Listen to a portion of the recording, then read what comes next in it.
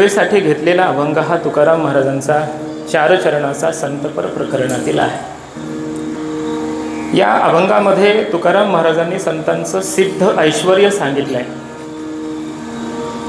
संतांच्याकडे कोणतं ऐश्वर्य आहे आणि कोणत्या श्रीने संपन्न संत आहेत याचा विचार आपला या चातुर्मास्याच्या काळामध्ये सुरू आहे. कोणत्या संतांच्या चरणावर माथा टेकला पाहिजे, कोणत्या संतांना साष्टांग दंडवत घातला पाहिजे, कोणत्या संतांच्यामुळे विश्रांती प्राप्त होते, कोणत्या संतांच्या कृपेने अंतःकरणामध्ये भक्तिसुख प्रेमसुख वाढायला लागतं, कोणत्या संतांच्या कृपेने ही काया डवरली जाते, कोणत्या संतांच्या कृपेने आम्ही उद्धरलो हे निश्चित होतं, कोणत्या संतांची सेवा घडण्यासाठी पूर्वपुण्याची गरज लागते आणि सेवा घडली नाही तरीसुद्धा कोणते संत आपल्याला विश्रांती प्राप्त करून देतात, या सगळ्यांचं उत्तर आहे जे श्रीमंत आहेत ते संत. मग ती कोणती श्री आहे आणि कोणत्या श्रीने अर्थात ऐश्वर्याने, कोणत्या लक्ष्मीने संत संपन्न आहेत याचा आपला विचार सुरू आहे. हे 9वं कीर्तन आहे. पहिल्या कीर्तनामध्ये अर्थात 8 गुरुवार आणि 1 गोकुळाष्टमी असं हे 9वं कीर्तन आहे. 8वा गुरुवार आहे. पहिल्या गुरुवारी आपण श्री या शब्दाचा आदर आणि मंगल असा अर्थ केला आहे. दुसऱ्या गुरुवारी आपण श्री या शब्दाचा व्यावहारिक लक्ष्मी असा अर्थ केला आहे. तिसऱ्या गुरुवारी आपण भक्तिशास्त्रातून भज्य म्हणजे भजनीय परमात्मासुद्धा श्री म्हणजे धन आहे. भक्ती करणारा भक्त स्वतः श्री म्हणजे संपत्ती आहे आणि तो जी भक्ती करतो ती भक्ती म्हणजे सुद्धा लक्ष्मीच आहे. असं भक्ती, भगवंत आणि भक्त ही त्रिपुटी म्हणजे धनच आहे, ऐश्वर्य आहे. आणि हे ऐश्वर्य संतांच्याकडं कसं आहे याचा विचार आपण सप्रमाण सलक्षण केलेला आहे. त्यानंतर आपण श्री शब्दाचा अर्थ करत असताना तत्वज्ञानातून अर्थचिंतन केलं. संतांच्याकडे विवेकश्री आहे. त्यानंतर वैराग्यश्री असा अर्थ केला. त्यानंतर समाधी षटक संपत्ती ही श्री असा अर्थ केला. त्यानंतर मुमुक्षा ही संपत्ती संतांच्याकडे आहे असा अर्थ केला. आणि मागच्या गुरुवारी आपण ब्रह्मविद्या ही श्री अर्थात आपण धनलक्ष्मी जसं म्हणतो तशी विद्यालक्ष्मी आहे. आणि ही विद्यालक्ष्मी ही तात्विक लक्ष्मी, आध्यात्मिक लक्ष्मी संतांच्याकडे आहे. तिला ब्रह्मविद्या म्हणतात. अशा ब्रह्मविद्या रूपी श्रीने संत संपन्न कसे आहेत असा इथपर्यंत आपण विचार केला.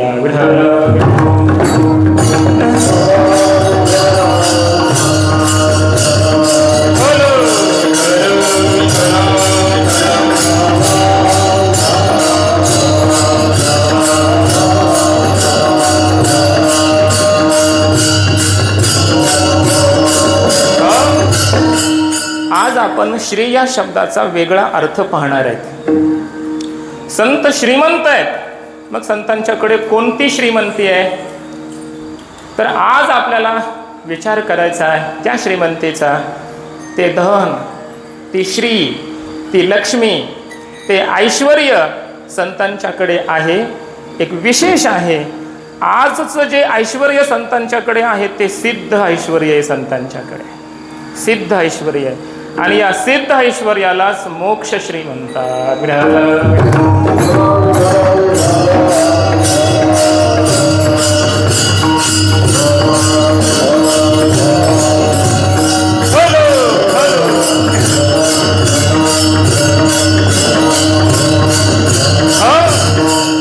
ऐका, आतापर्यंत आपण जे श्री शब्दाचं चिंतन केलं, जी श्री सांगितली ती साधन रूपा श्री आहे. ती साधन रूप आहे श्री. व्यावहारिक धन साधन आहे आपल्यासाठी. ते संतांचा आदर करणं, मंगल करणं हे आपल्यासाठी साधन आहे. भक्त, भक्ती, भगवंत हे चिंतन ही भक्तिशास्त्रातली श्रीमंती हे साधन होतं. विवेक, वैराग्य, समाधी षटक, मुमुक्षुता ही संपत्ती आमचं साधन होतं. अगदी मागच्या गुरुवारी आम्ही जी श्री पाहिली ब्रह्मविद्या तिला श्री म्हणतात. हे सुद्धा आमचं साधनच आहे. ज्ञान हे आमचं उद्धाराचं साधन आहे. पण आतापर्यंत जी श्री पाहिली ती साधन रूप आहे. आज आपण जी श्री पाहणार आहे ते सिद्ध रूप आहे. सिद्ध आहे, हे साधन नाही. इथून पुढं आता श्रीचं जे चिंतन होईल ते सिद्धोत्तर होईल. मागे जी श्री पाहिली ती साधन रूप श्री आज जी श्री पाहणार आहेत ती सिद्ध श्री, आणि पुढच्या गुरुवारपासून पुढे जी श्री पाहणार आहेत ती ज्ञानोत्तर आणि मोक्षोत्तर अवस्थेमध्ये संतांच्याकडे असणारे ऐश्वर्य रूप श्री, त्या श्रीचा विचार आपण पुढे करणार आहेत. एकंदरीत श्रीचे 3 अर्थ होतील. संक्षिप्ततः पाहिलं तर 1 साधन रूप श्री, 2 सिद्ध श्री आणि 3 सिद्धोत्तर श्री, अशा 3 प्रकारच्या श्री पाहता येतील. त्यापैकी आपण आतापर्यंत साधनश्री पूर्णपणे पाहिलेली आहे. आज आपण सिद्धश्री पाहणार आहेत आणि पुढच्या गुरुवारपासून पुढे सिद्धोत्तर श्री पाहणार आहे.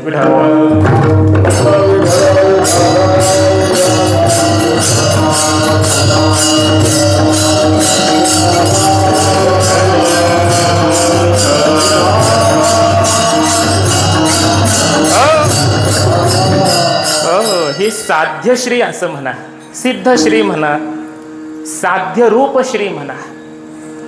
सर्व जगाचं साध्य जर काय असेल तर ते मोक्ष आहे, आणि जगाचं अंतिम साध्य असणारा मोक्ष ही श्री संतांच्याकडे सिद्ध आहे.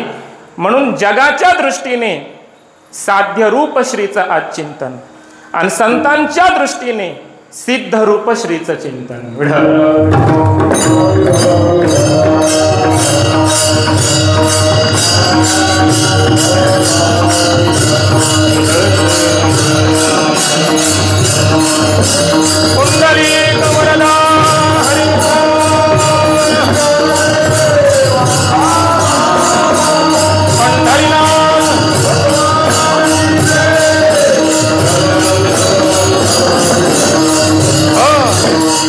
ऐका, जसं आतापर्यंत आपण चिंतन करून आलोय की ज्या दिवशी जी श्री तुम्हाला सांगितली ती सब प्रमाण सांगितलेली आहे. प्रमाण दिल्याशिवाय ती श्री तुम्हाला मी सांगितलेली नाही आहे. प्रत्येक दिवस प्रमाणातून मी ती श्री धन ऐश्वर्य सिद्ध केलंय आणि मग ती संतांच्याकडे कशी आहे हेही सिद्ध केलंय, आणि ती श्री आमच्याकडे कशी नाही हे सिद्ध केलंय. तसं आजही चिंतन आपलं असणार आहे. मोक्षाला श्री का म्हणावं, याला काही प्रमाण आहे का? कारण प्रमाण लक्षण प्रमाणाभ्याम वस्तुसिद्धी ही, प्रमाणाशिवाय सिद्धांताची सिद्धी होत नाही. मग मोक्षाला आज श्री म्हणायचं, मोक्षाला आज ऐश्वर्य म्हणायचं आहे, तर या मोक्षाला श्री म्हटलेलं ऐश्वर्य म्हटलेलं एखादं प्रमाण संतांचं आपल्याकडे उपलब्ध आहे का? किमान वेदातलं म्हणा, शास्त्रातलं म्हणा, पुराणातलं म्हणा, कुठलं तरी एखादं प्रमाण घेतल्याशिवाय आपल्याला मोक्षाला श्री म्हणता येत नाही. मग आज आपण मोक्षाला श्री म्हणणार आहे, याला प्रमाण काय? ऐका, ज्ञानेश्वरीतलं प्रमाण देतो. आज ज्ञानेश्वरीतून श्री सांगणार आहे मी. वेगवेगळ्या ग्रंथाची प्रमाणं दिलीत, आज ज्ञानेश्वरीतून श्री सांगतो. ऐका, माऊलींनी श्री कशा कशाला म्हटलंय ते पुढं येणारच आहे अजून.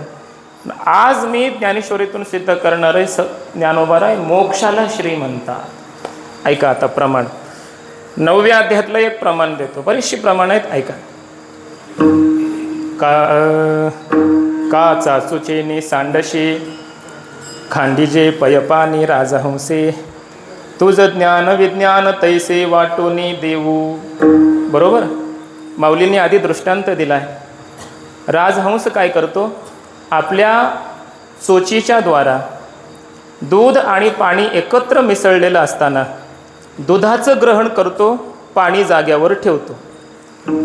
दूध आणि पाणी याला पृथक करण्याचं सामर्थ्य जसं त्या राजहंसाच्या चोचीमध्ये आहे, ज्ञानोबाराय दृष्टांत देतात. त्याप्रमाणे भगवान परमात्मा अर्जुनाला म्हणतायत की अर्जुना, तसं तुला आम्ही ज्ञान आणि विज्ञान वाटून देतो. वाटून म्हणजे भाग पाडून देतो. हा, इथपर्यंत हे विज्ञान आहे, याला विज्ञान म्हणतात, याला ज्ञान म्हणतात. असं दोन्हीचं पृथक्करण करून ज्ञान आणि विज्ञानाची वाटणी करून तुझ्या हातात देतो. तुझं ज्ञान विज्ञान तैसे वाटूनी देऊ. मग काय होईल? होईल काय? त्याने ज्ञान विज्ञान प्राप्त झालं. मागच्या कीर्तनात मी चिंतन करून आलोय. येर प्रपंच हे विज्ञान. प्रपंचातलं जेवढं ज्ञान आहे त्याला विज्ञान म्हणतात. हे ज्ञानोबारायाचं मत आहे. आणि आत्मस्वरूपाच्या, ब्रह्मस्वरूपाच्या, परमात्म्याच्या स्वरूपाच्या संबंधाने आहे, त्याला ज्ञान म्हणतात. ज्ञान आणि विज्ञानाचा असा अर्थ ज्ञानेश्वर महाराजांनी केलाय.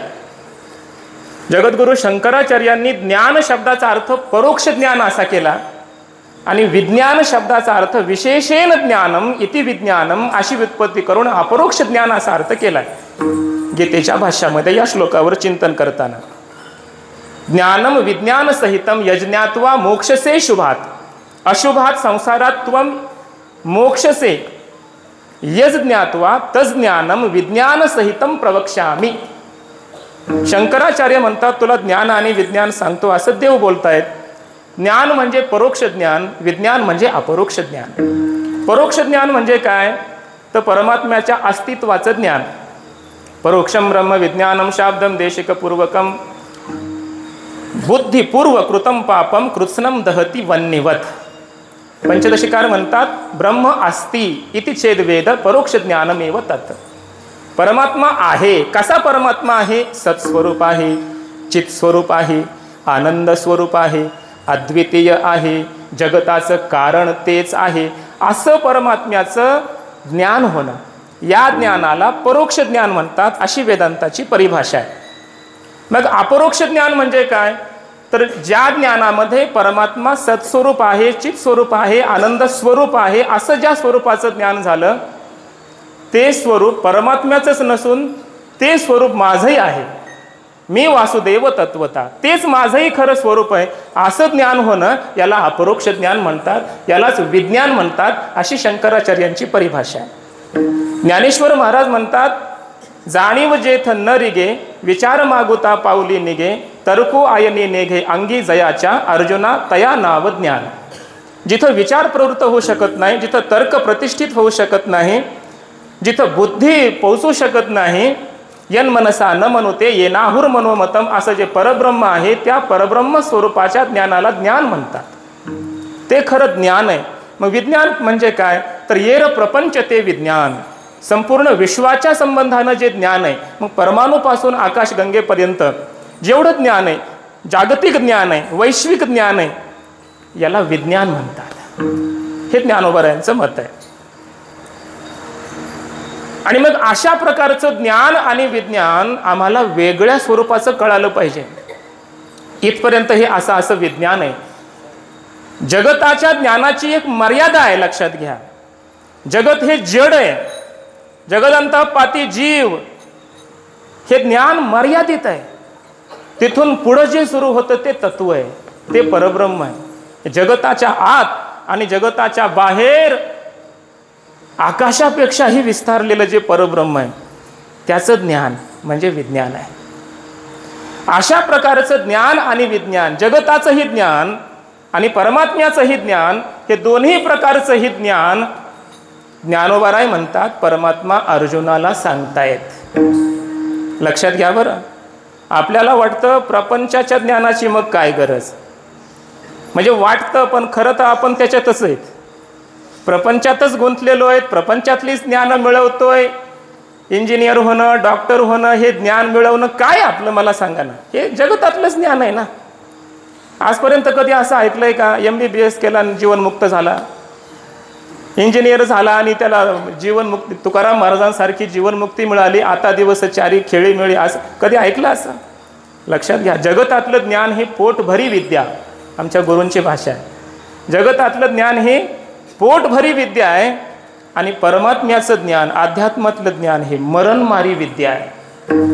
मरणाला कायमचं मारून टाकते ती विद्या म्हणजे ब्रह्मविद्या आहे. त्याला खरं तत्वज्ञान म्हणतात, त्याला अध्यात्म म्हणतात. आणि जगतातलं जेवढं ज्ञान आहे त्याला विज्ञान म्हणतात. मग विज्ञानाची काय गरज आहे? आम्ही परमार्थाच्या मार्गाने निघालोय, आम्हाला ब्रह्मज्ञान पाहिजे, आत्मज्ञान पाहिजे, आम्हाला मोक्ष पाहिजे, प्रपंचातील ज्ञानाची काय गरज आहे? असं जर कदाचित तुला वाटेल तर परमात्मा अर्जुनाला बोलतायत ज्ञानोबा यांच्या मुखातून, अर्जुना तुला असं वाटेल की प्रपंचाची ज्ञानाची काय गरज आहे? हे तर विज्ञाने काय करावे, ऐशे घेसी जरी मनोभावे, तरी पै आधी जाणावे तेची लागे. प्रपंचातील ज्ञानाची, विज्ञानाची तुला काय गरज आहे असं कदाचित वाटेल तर अर्जुना लक्षात घे, अगोदर तुला विज्ञानच झालं पाहिजे. कारण ज्ञान हे व्यापक आहे, अथांग आहे, सूक्ष्म आहे, निरुपाधिक आहे. त्या निरुपाधिक तत्वज्ञानापर्यंत जाण्यासाठी तुला उपाधीला धरून जावं लागेल, प्रपंचाला धरून जावं लागेल. एकाएकी प्रपंच मी सोडेल आणि परमात्म्याचं ज्ञान मिळवेल म्हटल्यानं होत नाही. पण आधी विज्ञानच कळालं पाहिजे. लक्षात घ्या, विज्ञानच आधी आपल्याला प्राप्त झालं पाहिजे. जगतातील ज्ञानाला सुद्धा ज्ञानेश्वर महाराजांनी दिलेले हे मान्यता आहे. म्हणून जगताचंही ज्ञान मिळवा, काही अडचण नाही. पण ते शेवटलं नाही हे लक्षात घ्या. त्याच्या पुढं जायचं आहे आणखी आपल्याला, ते तत्वज्ञान आहे. अगोदर विज्ञान झालं की मग, जसं ज्ञानोबरायांनी उदाहरण दिलंय 15व्या अध्यायामध्येच, एखादं लहान मूल असतं, प्रतिपदेचा चंद्र अगदी बारीक आहे, चंद्राची खोर आहे, आणि ते लहान मूल विचारतं, आई चंद्र कुठे आहे बरं, मला आज आकाशामध्ये चंद्र दिसत नाही, दाखवतेस का? आणि मग ती आई म्हणते, ते बघ आकाशामध्ये चंद्र. त्यानं बघितलं, दिसतो का त्याला? दिसत नाही. आई दिसत नाही ग मला चंद्र. मग त्यावेळेला ती आई काय करते, म्हणते एक काम कर, उन्हाळ्याचे दिवस आहेत, बाहेर बाज घातलेली आहे, त्या ठिकाणी बसलेलो आहे आपण, तर जुने दिवस आठवा. आणि मोकळं आकाश आहे, चांदणं टीप पडलेलं आहे, आपण आकाशात पाहतोय, आणि जवळच एक झाड आहे. आई काय करते, त्या झाडाकडे बघ, झाड दिसलं का? पूर्ण झाड दाखवलं आधी. त्या झाडाची एक उजव्या बाजूची मोठी फांदी दिसली का? हो, मोठी फांदी दिसली. त्या फांदीला एक छोटीशी फांदी खालच्या बाजूला फुटलेली दिसली का? हो, दिसली. त्या फांदीला समोर जी पानाचा झुडपा आहे त्याच्यामधले ती पानं दिसले का तुला हलताना? हो, दिसली. ते बघ, ते 2-3 पानं एकत्र दिसले का? हो, दिसले. त्या 2-3 पानाच्या मधून बघ चंद्र दिसेल. आणि मग बघितल्याबरोबर चंद्र दिसला. पाडीव याची चंद्ररेखा, निरोती दावावया शाखा, दाविजे तेवी औपाधिका बोली इया. पाडव्याची चंद्ररेखा दाखवायची असेल तर ज्याप्रमाणे वृक्षाची शाखा दाखवावी लागते, त्याशिवाय चंद्रदर्शन होत नाही. तसं आत्मदर्शन व्हायचं असेल किंवा परमात्मदर्शन यथार्थ व्हायचं असेल तर अगोदर विज्ञान कळालं पाहिजे. मग विज्ञान यथार्थ कळालं, उपाधीचं ज्ञान झालं की निरुपाधिक परमात्मा समजायला सोपा जातो. विठ्ठल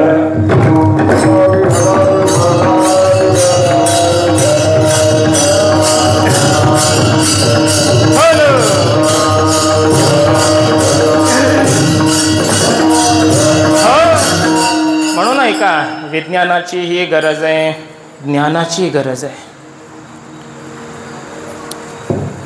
कसं ज्ञान झालं पाहिजे? राजहंसाप्रमाणे झालं पाहिजे. आणि अनात्मवर्ग नीर सांडोनी आत्मरसाचे क्षीर, चरताती जे सविचार राजहंस. दृष्टांत सिद्धांत एकत्र सांगितलाय ज्ञानोबरायांनी, त्याला रूपक अलंकार म्हणतात. हे संत म्हणजे राजहंस आहेत. काय करतात? अनात्मवर्ग म्हणजे अनात्म म्हणजे जगत, आत्मभिन्न समस्त हे जगत हेच आहे एक नीर म्हणजे पाणी. अनात्मवर्ग नीर सांडोनी, हे पाणी सोडून आत्मरसाचे क्षीर, आत्मरस आत्मानंद म्हणजे हे दूध, चरतात या दुधाचं ग्रहण करतात, ते राजहंस म्हणजे संत आहेत. म्हणून विज्ञानासह ज्ञान झालं पाहिजे आणि राजहंसासारखं झालं पाहिजे. तुझं ज्ञान विज्ञान तैशे वाटून देऊ इथपर्यंतच मी आलोय. लक्षात घ्या, आणखी पुढे जायचंय. हे ज्ञान झालं, हे विज्ञान झालं, होतं काय मग हे झाल्यावर? याचं प्रयोजन तर सांगा. तर अनिष्ट निवृत्ती होते आणि इष्ट प्राप्ती होते. दोन्ही गोष्टी कशा होतात त्यासाठी ज्ञानोबरायांनी दृष्टांत दिलाय. ऐका. मग वारयाची या धारसा, पडिन्नला कोंडा का नुरीची जैसा, आणि कणाचा अपैसा राशिवा जोडी. आता हे शेतकऱ्याचं उदाहरण आहे. माझ्यापेक्षा तुम्हाला जास्त सांगता येईल आणि समजूनही जाईल. पूर्वीच्या काळामध्ये हे मशिनरी वगैरे थोडंच होते धान्य गाळण्यासाठी. म्हणून आपण काय करायचो, वारं सुटल्याच्या नंतर ते त्याला काय म्हणतात मला तुम्हीच सांगा आता. असं उंच उभं राहायचं, हां, टोपल्यामध्ये ते अगोदर बडवलेलं ते सगळं कूस आणि ते धान्य एकत्र झालेलं टोपल्यामध्ये घ्यायचं आणि ते वाऱ्याला उधळायचं. आपण त्याला असं उधळणं म्हणतो. त्यानं काय होतं, कोंडा जो आहे तो बाजूला पडतो, उडून जातो. उडे ते फलकट जाणू आले, उडून गेलं ते फलकट, आणि मग खाली धान्य धान्य शिल्लक राहतं. हा शेतकऱ्याचा सोपा दृष्टांत ज्ञानोबा यांनी दिलाय. वारयाची या धारसा, वाऱ्याच्या प्रवाहात धारेवर काय केलं, पडिन्नला कोंडा का नुरेचे जैसा, कोंडा उरत नाही आणि कणाचा पैसा राशीवा जोडे. धान्य ते शिल्लक राहिलं, याला म्हणायचं अनिष्ट निवृत्ती इष्ट प्राप्ती. भूस बीज एकवट, पुफणिता राहे घनवट, उडे ते तेथ उडे ते फलकट जाणू आले. हाच दृष्टांत दुसरी ठिकाणी माऊलीने दिलेला आहे. ऐका, मग तसं होतं म्हटले इकडे. हे ज्ञान विज्ञान झाल्यावर तसं होतं. म्हणजे कसं होतं आता सिद्धांत आहे का, अनिष्ट निवृत्ती होते आणि इष्ट प्राप्ती होते. म्हणजे काय होतं तैशे. आता ऐका बरं, नाही तर नेमकं जागेवर आल्यावर डोळा लागायचा. ती गोष्ट माहीत आहे ना तुम्हाला. पहिल्या काळामध्ये वेस असायची पूर्ण, आणि गावाच्या चारी बाजूने आंधळ्याला त्या गावामध्ये प्रवेश करायचा आहे. पूर्ण गाव फिरून यायचं ते, आणि नेमका दरवाजा लागला की त्याला खाज सुटायची. खाजवण्यासाठी इकडं अंग सोडलं, थोडं पुढं गेला तर दरवाजा निघून पुन्हा चुकलं यावर मग फेरा. दृष्टांत कळाला. धन्यवाद. तर आता ऐका, तसं होतं आपल्याला. काय होतं, ज्ञान आणि विज्ञान झाल्याच्या नंतर अनिष्ट निवृत्ती इष्ट प्राप्ती होते. हे सांगताना मला श्री सांगायची लक्षात घ्या. माझा मूळ मुद्दाही विसरू नका आणि इथला मुद्दाही विसरू नका. तैशे दृष्टांत अगोदर सांगून झालाय. उडे ते फलकट. तैशे जे जाणितले यासाठी, जे जाणल्यानंतर, जे जाणितले यासाठी संसार संसाराची गाठी, संसार संसाराची गाठी लावूनी बैसवी पाटी मोक्ष श्रीच्या विठ्ठला.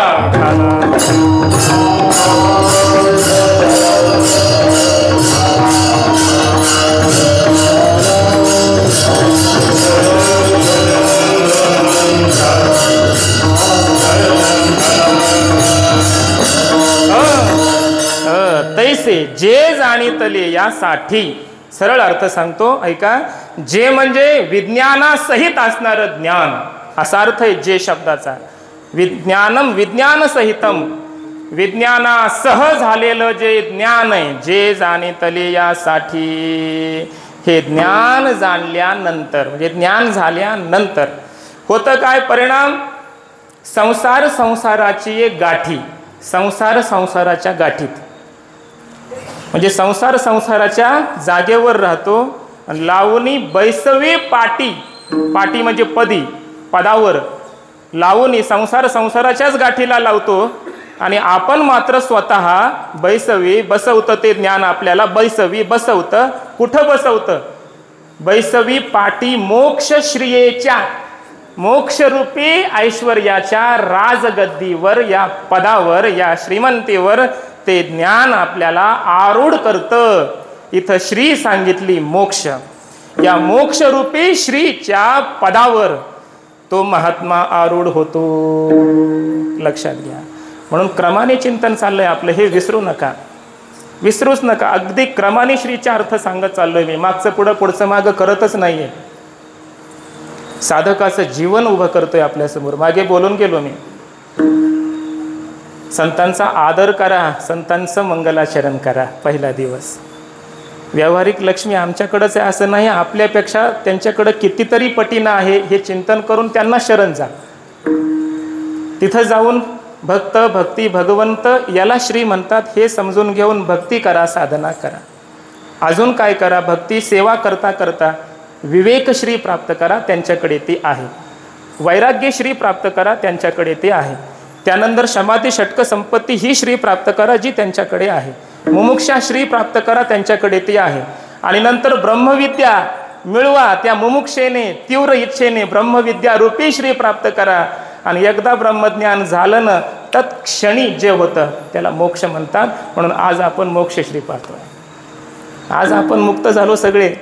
लक्षात घ्या, आज मोक्षाचं चिंतन करायचं आहे. आज तुकाराम महाराज आपल्याला सांगणार आहेत की आमच्याकडे मोक्षश्री आहे, संतांच्याकडे मोक्षश्री आहे. आणि ही मोक्षश्री ऐकून आज खऱ्या अर्थाने आपण मुक्त होणार आहेत. आता उरलेली कीर्तन दिवस चारी, खेळीमेळी उगा आनंद घ्यायचा. मग पुढची श्री म्हणजे एक समाधानाची, आनंदाची असणार आहे. लक्षात घ्या, त्याचंही चिंतन आपण पुढं करणार आहेत. पण आज मोक्षश्रीचं चिंतन करायचं आहे. ज्ञानोबराय या मोक्षाला खरी श्री समजतात. माऊलींच्या दृष्टीने मोक्ष ही खरी श्री आहे, ऐश्वर्य आहे. आणि हे ऐश्वर्य विज्ञानासह झालेल्या ज्ञानाच्या द्वारा त्या साधूला प्राप्त होतं.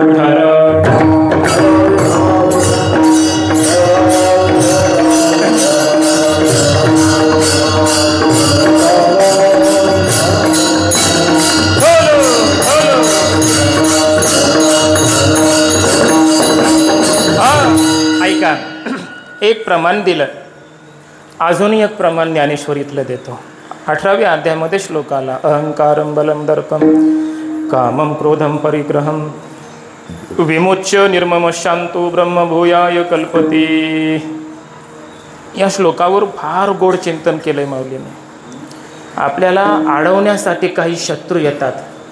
साधक म्हणजे एक योद्धा आहे, शूर आहे, वीर आहे आणि युद्ध करण्यासाठी तो निघालेला आहे. आणि त्याचे शत्रू त्याला अडवण्यासाठी पुढे येतात. मग ते कोण शत्रू? तेथ अडवावया आले दोष वैरे जे धोपटिले, तया माझी पहिले देहाहंकारू. अहंकारम बलम दर्पम कामम क्रोधम परिग्रहम हे सगळे शत्रू आहेत. हे अडवण्यासाठी येतात. आणि यांना अडवून यांना हा साधक अडवतो, पराजित करतो, नष्ट करतो या सगळ्यांना. आणि तो योद्धा साधक जिंकतो महाराज संसार. जिंकावा संसार येणे नावे तरी शूर, झुंजारते एक विष्णुदास जगी, पाप पुण्य अंगी नातळे त्या. जिंकतो तो संसार महाराज. ह्या विकारांवर तो विजय मिळवतो, शत्रूंवर विजय मिळवतो. हे सगळं वर्णन करत असताना ज्ञानोबा यांनी त्या ठिकाणी ते रूपक रंगवत असताना एक ओवी दिली, तेवढी मला सांगायची, जास्त विस्तार नाही करत. ज्ञानोबाराय म्हणतात, तो साधक योद्धा युद्ध करण्यासाठी रणभूमीत उतरला. रणभूमी म्हणजे कोण आहे? हा संसार, विकाररूपी हा जन्ममरण रूपी हा संसार. या संसारामध्ये महाराज साधकाला युद्ध करावं लागतं. युद्ध करण्यासाठी साधक उतरला. तुकाराम महाराज तर म्हणतात, तुकाराम महाराज म्हणतात,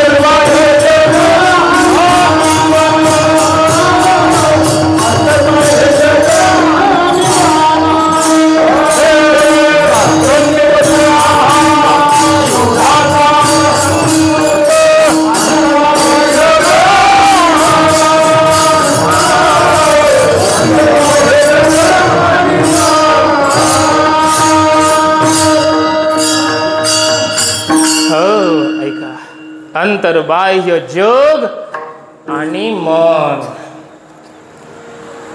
अंतर्मन, बाह्य जग आणि रात्रंदिवस युद्धाचा प्रसंग. तुकोबाराय म्हणतात, लोकांबरोबर कमी युद्ध करावं लागतं का महाराज? ज्ञानोबाराय तुकोबारायला आमच्यासारख्याला थोडंफार वाटायला येत आहे. आले या कपाळा थोडे बहु, थोडंसं कुठं आमच्यासारख्याच्या वाटायला येतंय तरी सुद्धा जीव असा कदरून जातो. लोकांबरोबर राहत असताना एवढं सोपं आहे का महाराज? परमार्थिकासाठी जगच नाही आताचं. खऱ्या परमार्थिकासाठी म्हणतोय बरं.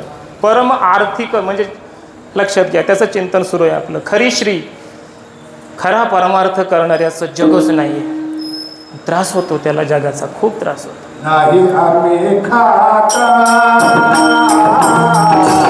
नाही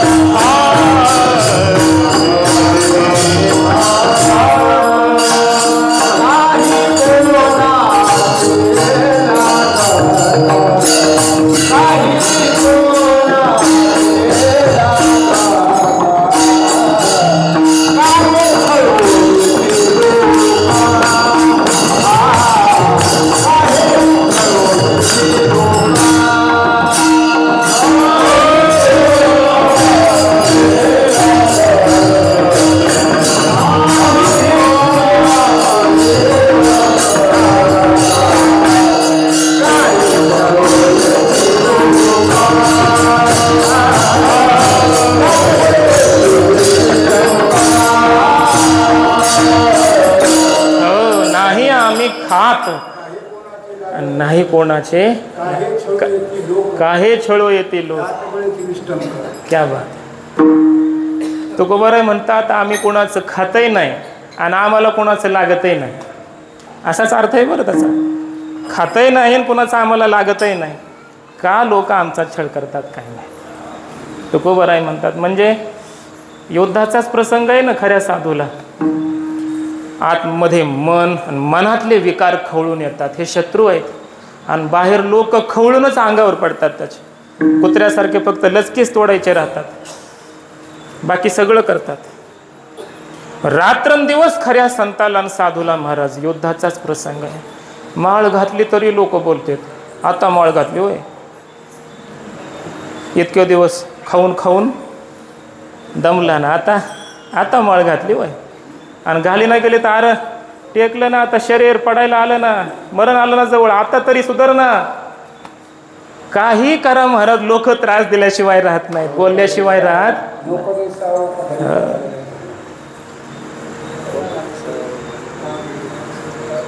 ऐसा हा लौकिक कदा. हा असं जर बरोबर असलं की मग स्पष्ट होतंय मला. धरिता धर्वेना. तुकोबाराय म्हणतात हा लौकिक अवघड आहे, लौकिकात राहणं. मुद्दा संपला महाराज. सिद्धांत ध्यानात घ्या. लोकांबरोबर युद्ध आणि मनाबरोबर युद्ध साधकाला करावं लागतं. युद्धाचा प्रसंग आहे. आणि मग हे युद्ध करण्यासाठी एखादा साधक धैर्यानं निघतो महाराज. तमेव धीरो विज्ञाय प्रज्ञाम कुर्वीत ब्राह्मणः. एखादा धैर्यवान साधक असतो, तो म्हणतो प्रवाहाच्या विरुद्ध दिशेनं पाहुणं, कंसात घ्या कीर्तन करणं, प्रवाहाच्या विरुद्ध, लौकिकाच्या प्रवाहाच्या विरुद्ध दिशेनं पाहुणं, यालाच पट्टीचा पहिलवान म्हणतात. समजतंय ना? यालाच खरा पहिलवान म्हणतात, यालाच खरा पाहुणारा म्हणतात. प्रवाहाच्या दिशेत तर सगळेच चाललेत, पण उलट दिशेनं जो जातो तो खरा साधू आहे महाराज, खरा संत आहे. त्याला प्रवाहाच्या दिशेत वळण्यापेक्षा आपण नाही त्याच्या हाताला धरून गेलो तर किमान त्याला तरी माग आणायचा प्रयत्न करू नये.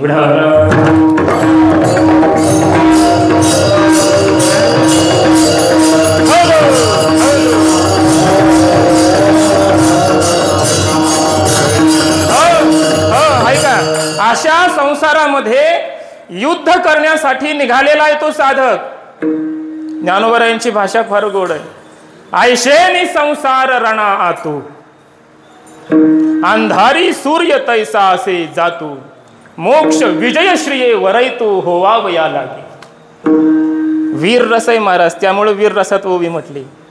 ऐशेने अशा प्रकारे संसार रणा तू, त्या संसार रूपी रणभूमीमध्ये युद्ध करण्यासाठी तो साधक निघाला. कसा जातोय तो? एखाद्या सूर्यासारखा तेजस्वी वजस्वी येतो, सामर्थ्यवान आहे, सामान्य नाही. आणि युद्ध करत असताना त्याच्या दृष्टीसमोर एकच आहे, काय? शत्रूंना सर्व पराजित करायचं आणि समोरचं राज्य हस्तगत करायचं आहे. आणि ते राज्य कोणतं आहे? ज्ञानोबराय म्हणतात ती राज्य लक्ष्मी म्हणजे मोक्ष विजयश्री. मोक्ष विजयश्री वरैतू होवावया लागी. मोक्षाचा विजय ही श्री, हे ऐश्वर्य, आणि या ऐश्वर्य या लक्ष्मीने आपल्याला वरण्यासाठी, अर्थात तिला मिळवण्यासाठी शब्द नाहीये, असा युद्ध तो साधक करतो महाराज संसार रणामध्ये या की ही मोक्ष विजयी श्री येऊन त्याच्या गळ्यामध्ये माळ घालते. याला म्हणतात वर्ण. स्वतः जेणेकरून ती मोक्ष विजय श्री येऊन माझं वरण करील, मला स्वीकारेल, अशा प्रकारे एखाद्या सूर्यासारखा हा तेजस्वी योद्धा साधक या रणभूमीमध्ये संसारामध्ये युद्ध करण्यासाठी निघाला. विठ्ठल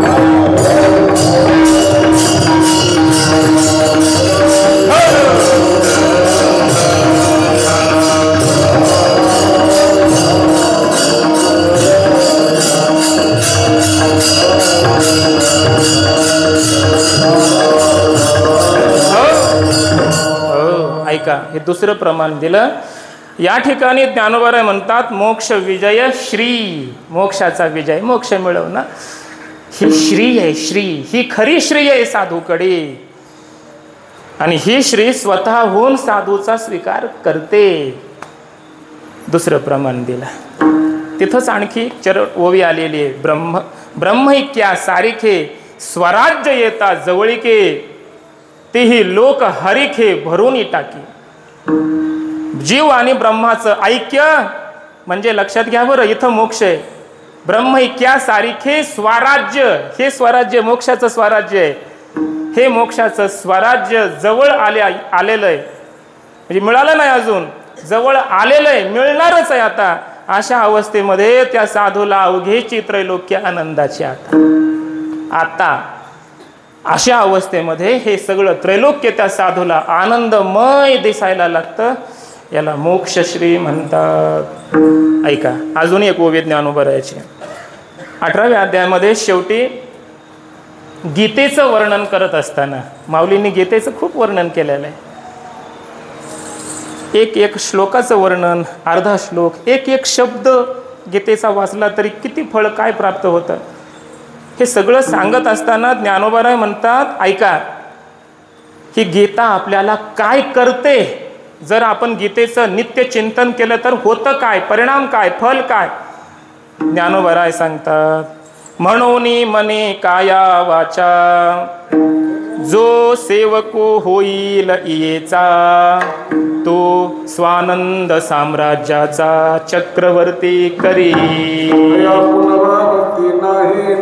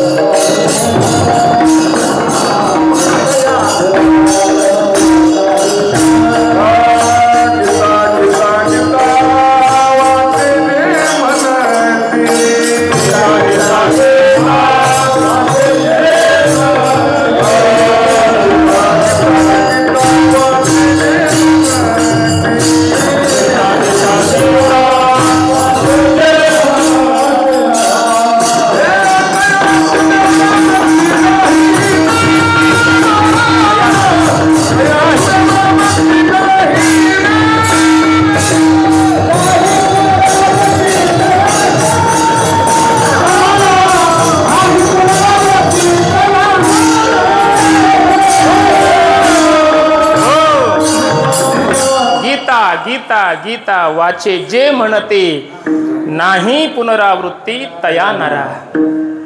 आमचे गुरुजी सांगत असतात, ऐका, उपनिषद सांगतात, त्यागेन एके अमृतत्वम आनशुः, असा एक मंत्र आहे. भोगाने परमात्मा प्राप्ती होत नाही, त्यागाने होत असते. परमार्थातलं मोठेपण जेवढा त्याग तेवढा तो मोठा. संसारात जेवढा भोगी, जेवढे भोग मोठे तेवढा तो मोठा. संसारातलं मोठेपण वेगळं, परमार्थातलं वेगळे पण मोठं. संसारात त्याग महत्त्वाचा आहे, आणि त्यागानेच मग अमृतत्व प्राप्त होतं, म्हणजे मोक्ष प्राप्त होतो. आणि इथं म्हटलंय गीता गीता गीता असं वाचेनं जर आपण म्हटलो तर त्याला पुनरावृत्ती नाही, पुन्हा जन्म नाही, त्याला मोक्ष प्राप्त होतो. याचा अर्थ करताना त्याने सांगितलं, रामकृष्ण परमहंस म्हणायचे, तुम्ही म्हणत राहा फक्त गीता गीता गीता गीता गीता गीता.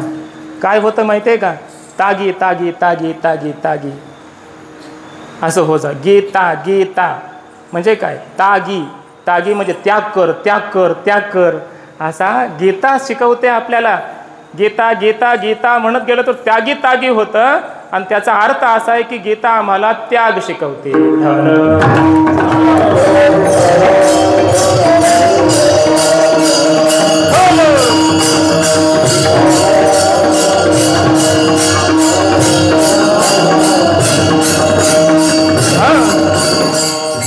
ज्ञानोबराय म्हणतात, मने काया वाचा, मनाने शरीराने आणि वाणीने जो सेवक होईल इयेचा, या श्रीमद भगवत गीतेचा जो सेवक होईल, या गीतामय्याचा जो सेवक होईल, तो साधक स्वानंद साम्राज्याचा चक्रवर्ती करी. ही गीता त्या साधकाला स्वानंद साम्राज्याचा चक्रवर्ती राजा करते.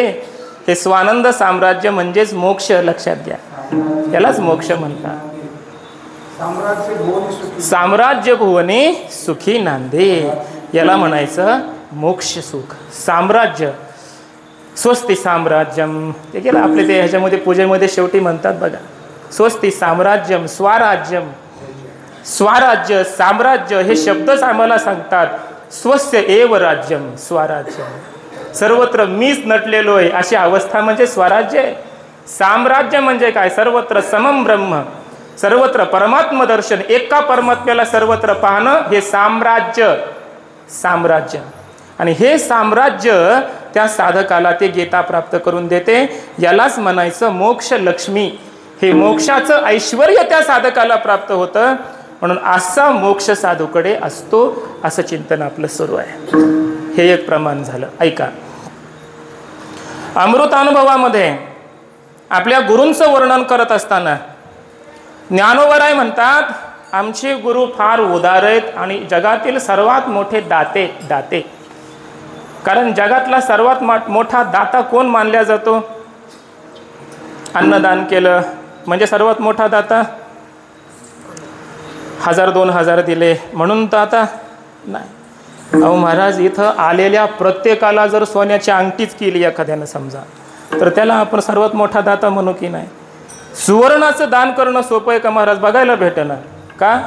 घालून जावं तर चोर कधी पकडीतील सांगता येत नाही. हाय ते थोडंसं आपण लपवून ठेवतो घरामध्ये कुठंतरी इकडे तिकडे. मग सुवर्णाचं दान करणारा जगातला मोठा दाता आहे ना, लक्षात घ्या. आणि हे सुवर्ण व्यवहारामध्ये ज्याला लक्ष्मी म्हटलं जातं, ऐश्वर्य म्हटलं जातं, सर्वश्रेष्ठ म्हटलं जातं, ज्या सुवर्णाला, सोन्याला, या सोन्याचं रूपक केलंय ज्ञानोबरायांनी. आणि ज्ञानोबराय म्हणतात, आमच्या गुरूंनी आम्हाला सोन्याचं दान दिलं, आणि व्यावहारिक सोन्याचं नाही, कैवल्य रूपी सोन्याचं. कैवल्य कनकाची या दाना, जो न कडसी थोरा साना, द्रष्ट्याच्याही दर्शना पाढावो जो. द्रष्ट्याच्या दर्शनाला सुद्धा जो विषय होत नाही, असं जे तत्व आहे, असं जे स्वरूप आहे, तेच श्रीगुरु आहेत. गुरूंचं वर्णन आहे. आणि असं जे अदृश्य असं स्वरूप आहे, असे आमचे जे श्रीगुरु आहेत, जे साक्षात ब्रह्मच आहे थोडक्यात, असे आमचे श्रीगुरु काय करतात? आमच्यासारख्या शिष्यांना कैवल्य रूपी कनकाचं दान देतात. कैवल्य म्हणजे मोक्ष असा अर्थ आहे. केवलस्य भाव हा कैवल्यम, ज्या अवस्थेमध्ये एकच एक मी शिल्लक राहिलो, जिथं मी आणि देव हा भेदही शिल्लक राहिला नाही, देव आणि मी एकच झालो, अशी जी अवस्था असते त्या अवस्थेला मोक्ष म्हणतात, त्याला कैवल्य म्हणतात. आणि अशा कैवल्यरूपी मोक्षरूपी कनकाचं म्हणजे सुवर्णाचं दान आमच्या श्रीगुरूंनी आम्हाला केलं. आणि हे दान करत असताना आमच्या श्रीगुरूंनी समोरच्या पात्राकडे हा कनिष्ठ आहे की श्रेष्ठ आहे हा विचारही केला नाही. जो न कडसी, कडसी म्हणजे विचार करणे, न कडसी विचारच केला नाही. थोरा साना, हा लहान आहे, हा मोठा आहे, याचा अधिकार आहे, याचा अधिकार नाही, हा काही विचार केला नाही. येईल त्या प्रत्येकाला आमच्या श्रीगुरूंनी या कैवल्यरूपी कनकाचं दान केलं. इथं कैवल्याला कनक म्हटलंय म्हणजे ही लक्ष्मी आहे.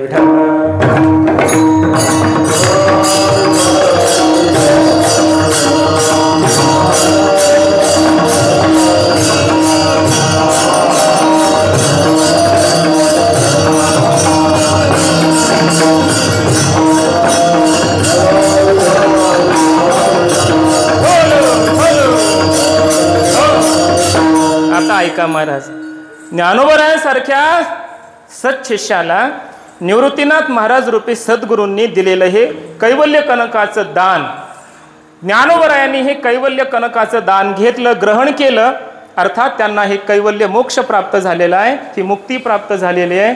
आता श्री गुरु निवृत्तीनाथांनी एकट्या ज्ञानोबरायांना दिलं हे मोक्षाचं दान. लक्षात येतंय ना, एकट्या निवृत्तीनाथ महाराजांनी एकट्या ज्ञानोबरायांना हे मोक्षाचं दान दिलं, मुक्तीचं दान दिलं, हे धन दिलं. आणि ज्ञानोबरायांनी तर या मुक्तीचं अन्न छत्र जगासाठी खुलं केलं. दयाले घाताले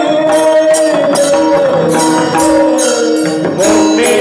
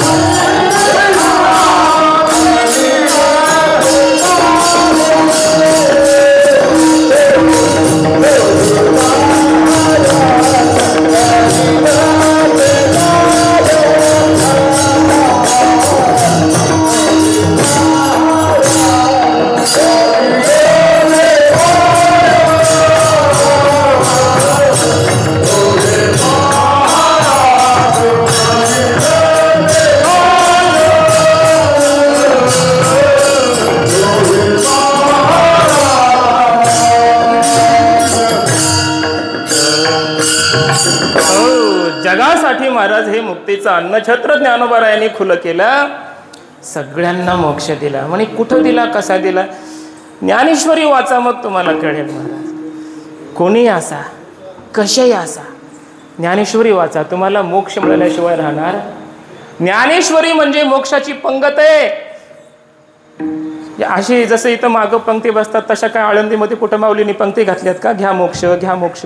एखादा लाडू आहे का मोक्ष म्हणजे? क्या बात आहे, वाह. काय सुरुवात? समर्थाची पंक्ती भोजने, तळिल्या वरिल्या एकची पक्वाने, तेवी श्रवणे अर्थे पठणे मोक्षची लाभे. वा.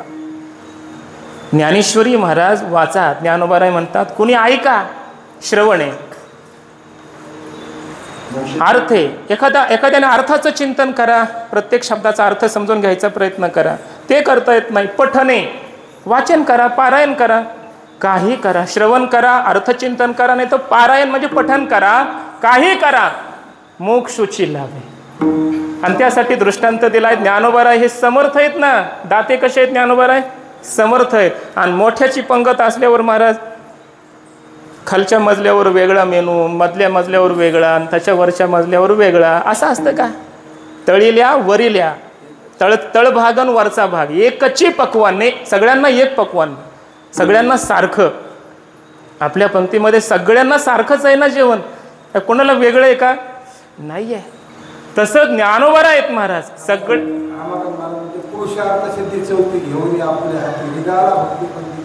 वा. मोक्षरूपी ही चौथी पुरुषार्थ सिद्धी घेऊन आपल्या हातामध्ये घेऊन या भक्ती मार्गाने या जगाला देण्यासाठी तो संत महात्मा निघालेला आहे. विठ्ठल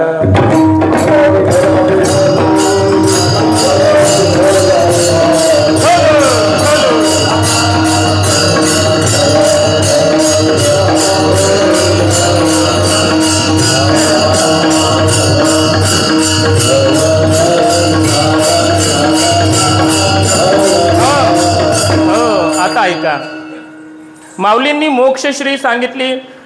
मोक्ष हे स्वराज्य आहे, मोक्ष हे साम्राज्य आहे हे सांगितलं. या मोक्षाचं ज्ञान ज्ञानोबरायांच्याकडे श्री गुरूंकडे आलेलं आहे हे आपण पाहिलं. आणि हे दान माऊलींनी स्वतः पुरतं न ठेवता, एखाद्या शिष्यालाच न देता, ज्ञानेश्वरीच्या माध्यमातून सबंध विश्वाला दिलं. हे मोक्षाचं दान ज्ञानोबरायांनी सगळ्यांना दिलेलं आहे, सगळ्यांसाठी खुलं केलेलं आहे ज्ञानेश्वरीच्या माध्यमातून. आणि हे जर चिंतन केलं ना, लक्षात घ्या पुढचा मुद्दा, मोक्षाकडे जायची गरज नाही, मोक्ष आपल्याकडे स्वतः येईल, स्वतः मोक्ष आमच्याकडे येईल. म्हणून तुकाराम महाराजांनी सांगितलं, जशी ज्ञानोबरायांनी ही प्रक्रिया सांगितली त्यानुसार आम्ही चिंतन केलं आणि परिणाम असा, मोक्ष आम्हा घरी कामारी हे दाशी. बरोबर आहे.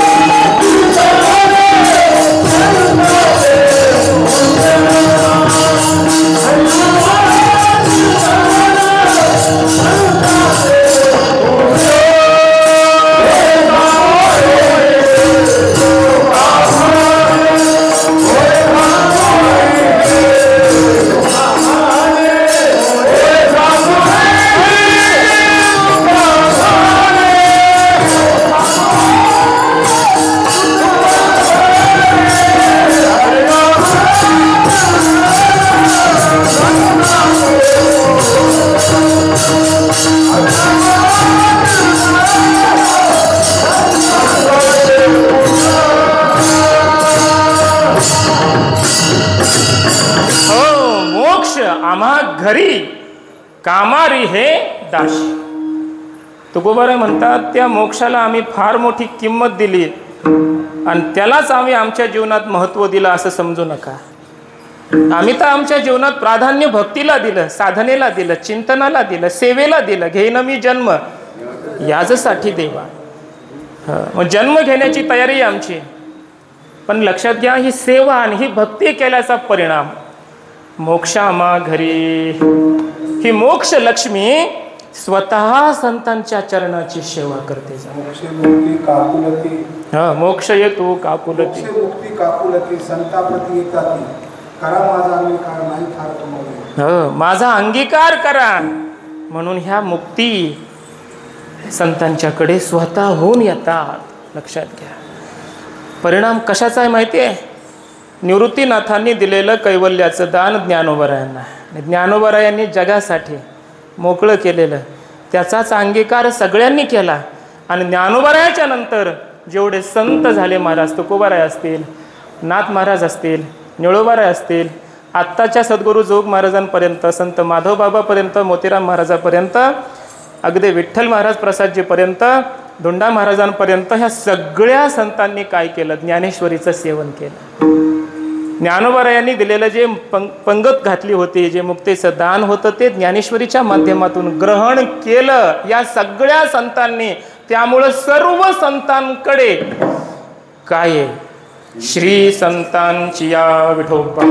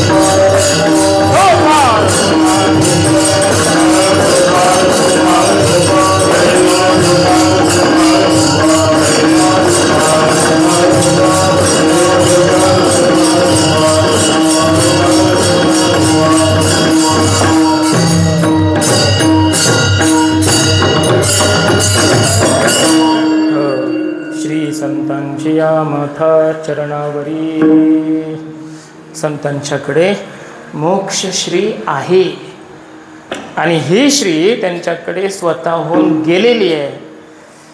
स्वतःहून त्यांच्या चरणाची ती सेवा करते, संतांचा स्वीकार करते, म्हणून त्यांच्याकडे ती आहे श्री संतांची. 5 मिनिट घेऊ का? 5-7 मिनिट. जरा उशीर सुरू झालं आहे. थोडंसं चिंतन, कारण पुन्हा या विषयाकडे मला येता येत नाही. पुढच्या गुरुवारी वेगळा विषय असतो आपला. आपल्याकडे ही श्री नाही आहे. या मोक्षाचे प्रकार आणि लक्षण ऐका. ब्रह्मरूपेण अवस्थानम, सर्वत्र परमात्म दर्शन होणं आणि मी सुद्धा परमात्म्याहून वेगळा नाही असा अनुभव येणं म्हणजे मोक्ष. सरळ माझ्या भाषेत मी सांगतोय, हा शास्त्रार्थच आहे. शास्त्र सांगतं दुःख कायमचं निवृत्त होणं आणि परम असा आनंद कायमचा प्राप्त होणं म्हणजे मोक्ष. दुःख संपलं, कायमचं संपलं, कारणासह वर्तमान दुःखाची निवृत्ती झाली, कायमचा आनंद, नित्य आनंद, व्यापक आनंद, भूमानंद प्राप्त झाला, त्याला मोक्ष म्हणतात. या मोक्षाचे 4 प्रकार शास्त्रामध्ये सांगितलेत. एक सलोकता, समीपता, स्वरूपता, सायुज्यता. तेने मुक्ती 4 साधी गेल्या. हरिपाठ, हरिपाठातूनच चिंतन करा. 4 मुक्ती ज्ञानोबरायांनी हरिपाठातच सांगितल्या. जो हरीचा पाठ करतो नित्याने त्याला 4 मुक्ती साधी गेल्या प्राप्त होतात. वैकुंठ भुवनी घर केले, ज्ञानदेवा ध्यानी रामकृष्ण मनी वैकुंठ भुवनी घर केले. सलोकता, देवाच्या लोकामध्ये वैकुंठामध्ये जायला भेटणं, पहिली मुक्ती. दुसरी मुक्ती समीपता, देवाच्या आणखी जरा जवळ जायला भेटणं. लक्ष्मी वल्लभ तया जवळी, सुरुवात नित्यनेम नामी ते प्राणी दुर्लभ. लक्ष्मी वल्लभ तया जवळी, देवाच्या जवळ गेला, समीपता. स्वरूपता नावाचा 3रा मोक्ष आहे. चतुर्भुज नर मातृ पितृ भ्राता सगोत्र अपार, चतुर्भुज नर होऊनी ठेले, स्वरूपता. आणि शेवटी आहे सायुज्य. सायुज्य म्हणजे काय? या ब्रह्मत्वासीच पार्थ सायुज्याशी व्यवस्था, याची नावे 4था पुरुषार्थ गा. ब्रह्मरूपता, परमात्म्याहून किंचित मात्रही भेद शिल्लक न राहणं, वेगळं न राहणं, इति नाम सायुज्यता. त्याला सायुज्य मोक्ष असं म्हटलेलं आहे. हरी दिसे जनी वनी आत्मतत्वी, याला म्हणायचं सायुज्य मोक्ष. ज्ञानदेवा गोडी संगती सज्जनी, हरी दिसे जनी वनी, अन्वय करावा लागतो. हरिपाठाचंही चिंतन व्हायला पाहिजे. हरिपाठ फक्त म्हणण्यासाठी नाही, याचा अर्थही थोडासा समजून घेतला पाहिजे. करू कधीतरी चिंतन एका अभंगावर. हरी दिसे जनी, हरी जनी दिसे, हरी वनी दिसे, हरी आत्मतत्वी दिसे, असा त्याचा अर्थ आहे. जनी, जगामध्ये हरी दिसायला लागला. वनी म्हणजे जड तत्वामध्ये सुद्धा हरी दिसायला लागला. सजीवामध्ये म्हणजे जनी, त्याच्यातही हरी दिसायला लागला. आणि आत्मतत्वी म्हणजे स्वतःतही हरीत दिसायला लागला. मीही त्या हरीवरून वेगळा नाही असं वाटायला लागलं. याला म्हणायचं सायुज्य मोक्ष. आणि असा हा 4ही प्रकारचा हा मोक्ष आहे. साधूकडे जा, तुम्हाला वैकुंठाची खऱ्या अर्थाने प्राप्त होईल. साधूची सेवा केली, त्यांच्याकडं श्री असल्यामुळं, हा मोक्ष असल्यामुळं देवाच्या जवळ जायला भेटेल. साधूची सेवा करा, देवाचं रूप प्राप्त होईल, स्वरूपता. आणि साधूची सेवा करा, सायुज्यता म्हणजे देवाचं स्वस्वरूपच प्राप्त होईल. 4ही मुक्ती प्राप्त होऊ शकतात. साधूच्या संगतीमध्ये राहा, साधूची सेवा करा. 4ही प्रकारची मुक्ती साधूच्या चरणाची सेवा करते.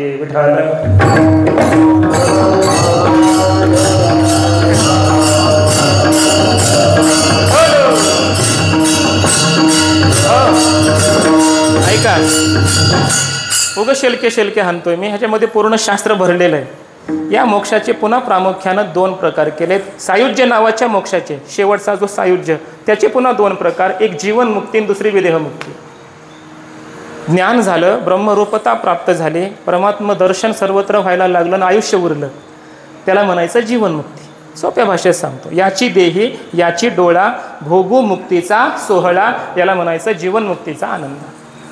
आणि हा आनंद भोगत असताना मग हळूहळू प्रारब्ध लेश संपला, अविद्यालेश झाला, शरीर इथंच पडतं आणि त्याचे प्राण परमात्मा स्वरूपामध्ये विलीन होतात. त्याला पुन्हा जन्म नाही, पुन्हा मरण नाही. याला म्हणायचं विदेह मोक्ष. तुका म्हणे एका मरणेची सरे उत्तमची उरे कीर्ती, त्याची कीर्ती उरते, तो परब्रह्म स्वरूप होऊन जातो. न तस्य प्राणाः उत्क्रामन्ते अत्रैव ब्रह्मणी समविलीयन्ते न स पुनरावर्तते न स पुनरावर्तते. श्रुती सांगते याला मोक्ष म्हणतात, विदेह मुक्ती म्हणतात. तस्य तावदेव चिरम यावन न विमुक्षे अथ संपत्सी. प्रारब्ध लेश आहे तोपर्यंत तो जीवनमुक्त महात्मा जिवंत राहतो, ब्रह्मानंदाचा भोग घेतो आणि प्रारब्ध संपलं की ब्रह्मरूप होतो. याला म्हणायचं जीवनमुक्ती आणि विदेहमुक्ती. असे मोक्षाचे 2 प्रकार. ह्या मुक्तीसुद्धा साधूकडं आहेत, ही श्री साधूकडे आहे. आता एकच चिंतन सांगतो की ही श्री आमच्याकडे का नाही, आमच्याकडे का नाही, आपण का दरिद्री आहेत या बाबतीमध्ये, का दरिद्री आहेत. तर ऐका, आता ओव्या सरळ सांगतो, अर्थ तुम्ही घरी जाऊन बघा. सरळ ओव्या सांगतो ज्ञानोबारायांनी. अश्रद्धधाना पुरुषा धर्मस्यास्य परंतप अप्राप्य माम निवर्तन्ते मृत्यू संसार वर्तमनी.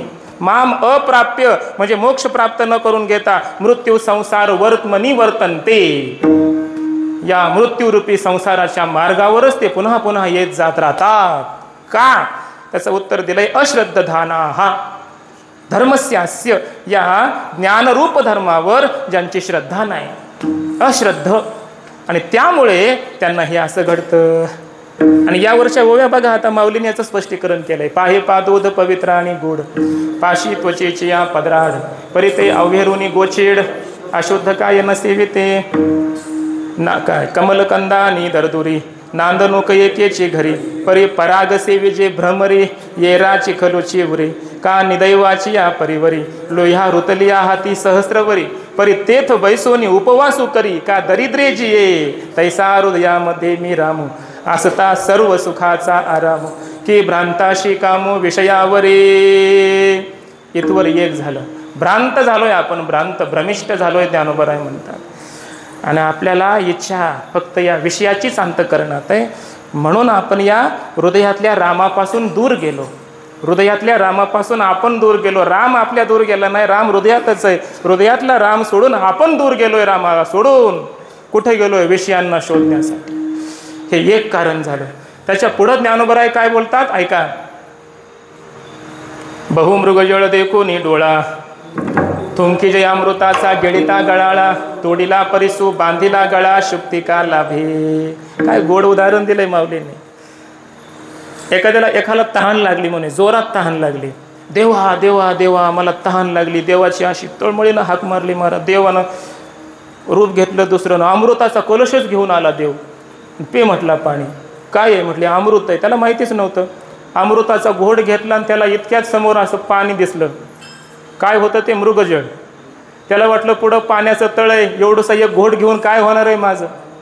म्हणून तोंडातला अमृताचा घोड त्यानं थुकून टाकला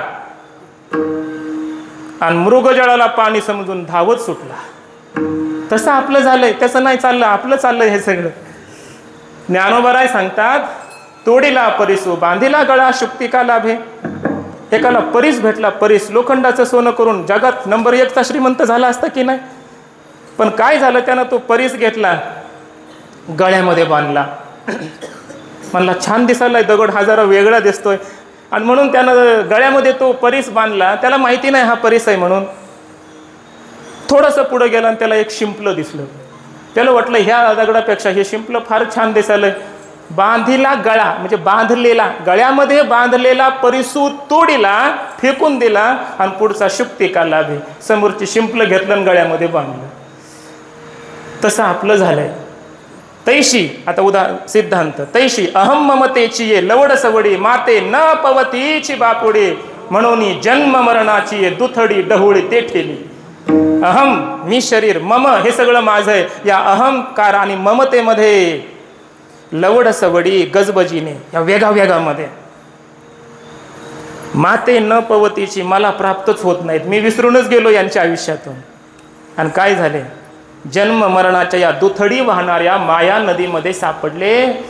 पुन्हा जन्मतात, पुन्हा मरतात, या संसार सागरामध्ये अडकून बसले. कारण काय? अहंता ममता. कारण काय? भ्रांताशी कामो विषयावरी.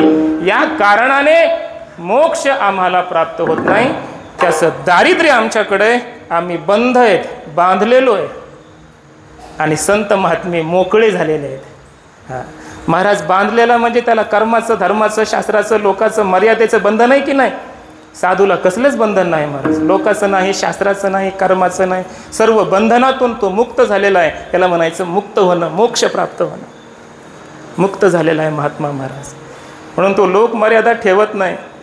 त्याला शास्त्राची आज्ञा पाळली पाहिजे असं काही घेणं देणं नाही. तो का म्हणे, आम्ही विधीचे जनिते, स्वयंभू आईते केले न हो. शास्त्र त्यांना विधी करत नाही, आज्ञा करत नाही. असा याला म्हणायचं मुक्त होणं. अशा अवस्थेला साधू महात्मा प्राप्त झाला. कारण अहंकार सोडला, ममता सोडली आणि भ्रांताशी कामो विषयावरी हे सोडलं. संत महात्मे मुक्त झाले, आपण बद्ध झालो. याचं हे कारण आहे. आता ज्ञानोबरायांना विचारा, तुमच्याकडे हे कैवल्याचं दान ग्रहण करण्याची योग्यता कशामुळे आली? अमृतानुभवातच ज्ञानोबराय सांगतात. माऊली म्हणतात, ऐका. मिठानं एक विचार केला, मला समुद्र व्हायचं आहे. मिठानं विचार केला, मला काय व्हायचं आहे? समुद्र. मग मिठाला आपलं मीठपण, भाषा समजते का? मिठाला आपलं मीठपण तसंच ठेवून समुद्र होता येईल का हो? सांडूनी मीठपणाचा लोभू, मिठे सिंधुत्वाचा घेतला लाभू, तेवी अहम देऊनी मी शंभू शांभवी जाऊ. काय गोड चिंतन आहे महाराज. मिठानं आपलं मीठपण बाजूला सारलं आणि मगच मीठ काय झालं? समुद्र रूप झाला. लवणाची कुंजरी सुदलिया लवण सागरी, ते होईची ना माघारी परती जैसे. मिठानं आपल्या मीठपणाचा लोभ सोडला, मग मीठ समुद्र झालं. तसं ज्ञानोबराय म्हणतात, मी माझा अहम म्हणजे अहंकार, अभिमान हे सर्व मी समर्पण केलं श्री गुरुतत्वामध्ये. अहम देऊनी मग मी शंभू शांभवी झालो. या शिवतत्वाला मी प्राप्त झालो. अहं सोडावा लागतो. अहंकार गेला, तुका म्हणे देव झाला. हा, वा, दुजे खंडे तरी उरला तो अवघा हरी, आणि आपणा बाहेरी न लगे ठाव धुंडावा. असे महात्मे संतुष्ट झाले ना आपल्या कीर्तनात. माझा तर उद्धारच आहे, तुमचं काही कमी ना महाराज, माझं कल्याणच होणार आहे.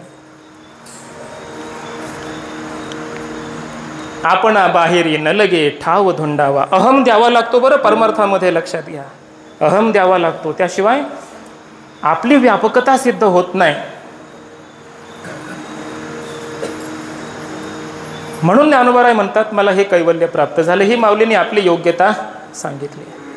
आता उदाहरणं दोनच सांगतो, उल्लेख करतो. तुम्ही निवांत घरी जाऊन ते चिंतन करा, दृष्टांत बघा, विस्ताराने आनंद घ्या त्याचा. दोन दृष्टांत मला सांगता येतील याच्यामध्ये. एक चांगदेव महाराजाचं आणि दुसरं अन्वयाने चांगदेव महाराजाचं आणि व्यतिरेकाने शुकमुनीचं. चांगदेव महाराजांना आत्मज्ञान नव्हतं का? समाधी प्राप्त नव्हते का? निर्विकल्प समाधी प्राप्त होत होते. विस्ताराने चरित्रामध्ये दृष्टांत आलाय, तुम्ही वाचा घरी जाऊन. पण चांगदेव महाराजांना, ज्ञानेश्वर महाराजांना शरण यावं लागलं की नाही? मग काय चूक कुठं होती, कुठं कमी पडत होतं? ऐका, वेदांताची भाषा आहे. चांगदेव महाराजांना आत्मप्रत्यक्ष झालेलं होतं, पण माझा आत्मा ब्रह्मरूप आहे हे ब्रह्मप्रत्यक्ष झालेलं नव्हतं. म्हणून आत्मस्वरूपात गेले की समाधी लागायची, बाहेर आले की पुन्हा द्वैतामध्ये फिरायचे, जगाला सत्य समजायचे. परिपूर्ण ज्ञान नव्हतं, आत्म्याची ब्रह्मरूपता नव्हती कळाली. याला आत्म्याची परिच्छिन्नता म्हणतात आणि ब्रह्माची परोक्षता म्हणतात. हा भ्रम त्यांचा गेला नव्हता. कुठपर्यंत गेला नाही? जेव्हा ती प्रेत उठवली मुक्ताबाईंनी, सगळी प्रेत जिवंत होऊन पळाली. चांगदेव महाराजांनी विचारलं, सगळी प्रेत कुठं गेली? माझ्यासमोर तर एकही राहिलं नाही.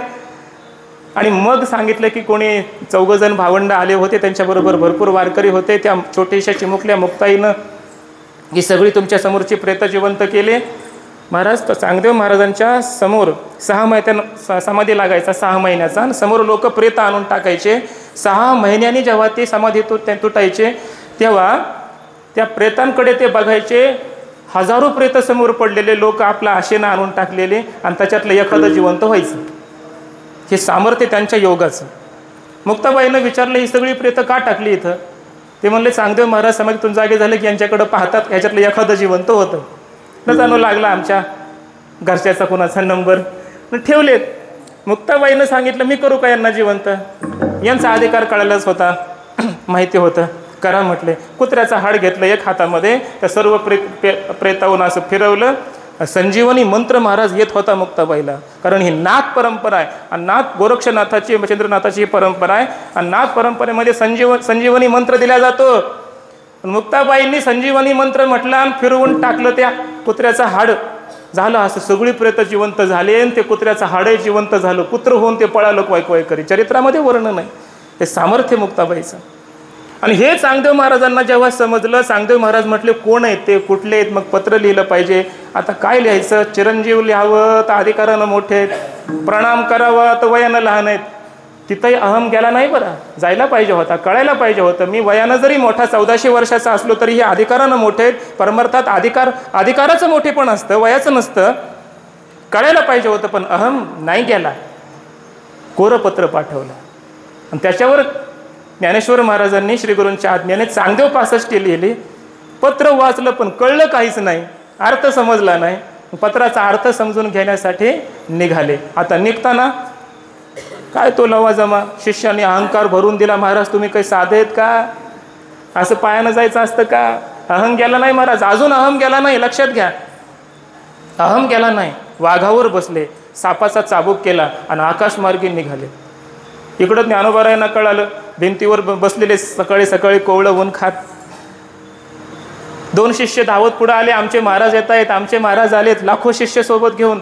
आणि मग निवृत्तीनाथ महाराजांना विचारलेलं आहे, आपण काय करायचं? दादा म्हटले, चालवा भिंत. चालविली जड भिंती आणि हरली चांगयाची भ्रांती. बघितलं मग समोर वरून येत आहेत आकाशमार्गाने, भिंतीवर बसून ही 4 भावंडण. अहंकारच गेला महाराज.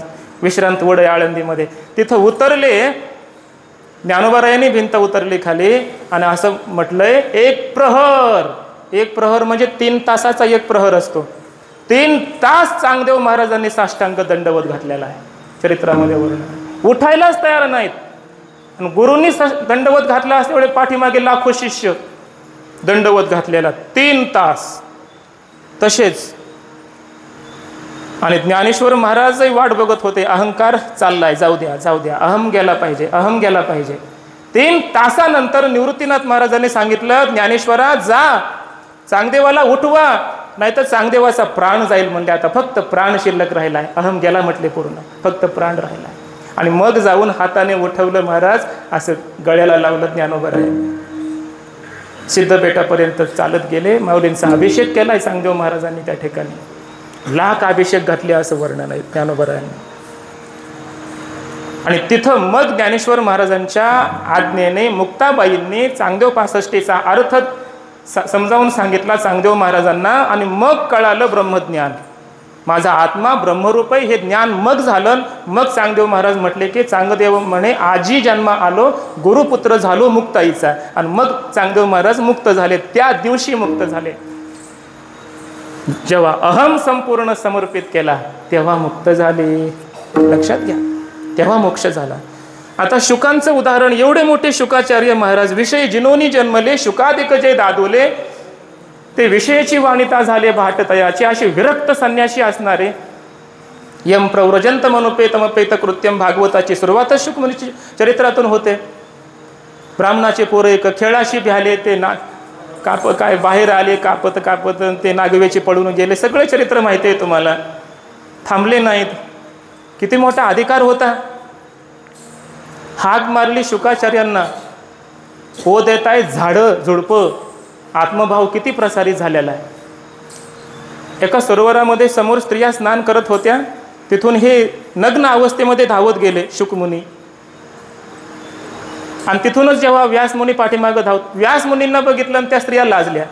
त्यांना राहवलं नाही. विचारलं म्हणे, मी एक म्हातारा मनुष्य, मला बघून तुम्ही लाजला, तर ते पोरग तरुण धावत गेलं समोर नग्न अवस्थेत, त्याला तुम्ही लाजले नाहीत, काय कारण आहे? तेव्हा त्या स्त्रियांनी सांगितलं, महाराज एक स्त्री, आम्ही स्त्री आहोत आणि तो पुरुष आहे. हा स्त्री पुरुष भाव त्या मुलाच्या अंतःकरणामध्ये अजून जागाच झाला नाही. तुम्हाला माहिती आहे आम्ही स्त्री आहोत, तुम्ही पुरुष आहात, हा भाव तुमच्या अंतःकरणात आहे, म्हणून तुम्हाला आम्ही लाजलो. एवढा मोठा अधिकार होता ना, एवढा मोठा अधिकार. पण मुलगा थांबायला तयार नाही हे ध्यानात आल्यावर शुकमुनींच्या ध्यानामध्ये आलं, याला त्यागाचा अभिमान झाला. भोगाचा अभिमान नाही, पण त्यागाचा अभिमान झाला. आणि मग शुकाचार्यांना सांगितलं व्यासमुनींनी, जाता जाता जनक राजाची भेट घेऊन जा. मग पुढची कथा सगळ्यांना माहिती आहे. जनक राजाच्या दरबारामध्ये समोर जाऊन दरवाजामध्ये आहेत, कोण आहे? मी शुक आहे. कोण आहे? मी आहे. कोण आहे?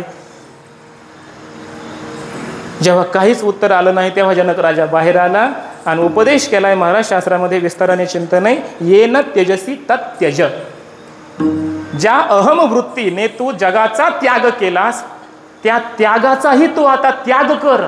अर्थात त्यागाचाही तू आता अभिमान धारण करू नको, तर तुझी पूर्णता आहे. पूर्ण अहंकार जोपर्यंत आपण चरणी समर्पित करत नाही परमात्म्याच्या, तोपर्यंत परमार्थाची इति नाही आहे. इति कर्तव्यता नाही, परिसमाप्ती नाही आहे. त्याचं हे उदाहरण आहे. अभिमान लागे शुकाची आहे पाठी, जनक भेटेशी धाडीला तेने.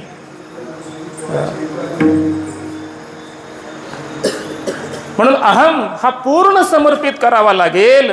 त्याशिवाय ही ब्रह्मरूपता आणि ही संपूर्णता, ओम पूर्णमदः पूर्णमिदम, ही अवस्था प्राप्त होत नाही प्राप्त होत. हे शास्त्रवचन आहे, ही संतांची अनुभूती आहे. आणि हाच संतांचा अनुभव असल्यामुळे हे संतांची वचनं आहेत, अनुभूतीतून आलेली वचनं आहेत. आणि आपल्याला सुद्धा जर ही मोक्ष अवस्था संतांच्या सारखी प्राप्त करायची असेल तर अहंकार देवाच्या चरणी समर्पित करावा लागेल. आणि केवळ अहंकार, जगाचा, विषयाचा, देहाचा अहम सोडायचा एवढं नाही, तर अहमही शेवटी सोडायचा. समजतंय ना? भाषा समजते का? शेवटी अहम म्हणजे ज्या त्यागाच्या वृत्तीनं त्याग केलाय, ज्या वैराग्याच्या वृत्तीनं त्याग केलाय, ते वैराग्यही शेवटी समर्पित करायचं. आणि तो त्यागाचा अभिमानही शेवटी सोडायचा. मग जे उरतं ते तत्व आहे, त्याला मोक्ष म्हणतात. आणि अशी मोक्ष अवस्था संतांच्याकडे मग आहे. म्हणून श्री संतांची ज्ञानेश्वर